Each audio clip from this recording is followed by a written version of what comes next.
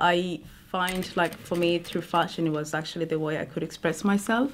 So the struggle of being a third culture kid, I think, is mainly the fact of you never really feel like you never fully find your space. But yeah, this everyday struggle, like you never really get to feel like you belong in anywhere specifics, and you always just, I always call myself like I just belong to the world. We found Mary Nakuba through actually going into one of the London-based universities. It was evident from going in that she had some talent, but she wasn't necessarily expressing it. Initially, it was the fact that she was doing something very different to all the other students.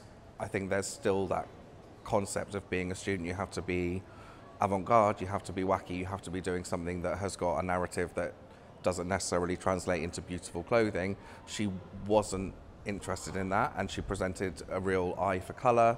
Her story was really interesting.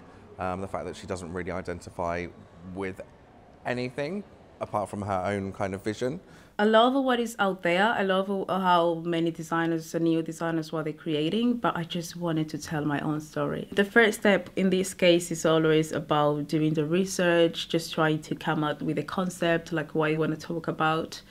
Of course, my one I wanted to make personal, so I came with a third culture kid. The fact of me somehow like well, living in Rwanda, a little bit also in the sort of area of Africa, and then moved to Spain when I was 11. So I still have a really vivid memory of what will be living in there. And my collection, if you see the structure, well, the one behind me, there's a little bit of structure that you can see normally from like the horse riding sort of a costume from like a really classic Spanish. And then, but you also still have that side of drape that sort of refers a little bit back to my country, because we do have a lot of draping with the garments. There's been lots of, I think, almost knee-jerk reaction from brands that have looked at what they need to do to be seen to be diverse. But actually at marketing level, that doesn't go far enough. You know, you scratch the surface and you look at who's working at these brands, and they're all from the same backgrounds. They're all coming from an elite position. That's not diverse. You know, fashion's had a bad rep for a long time, and it needs to move from that kind of mean girls space to actually be inclusive. Actually, let's all work together. Let's all have some fun. It's clothes. My thoughts on diversity, especially in fashion, I would say it has improved definitely, but they see a lot to do.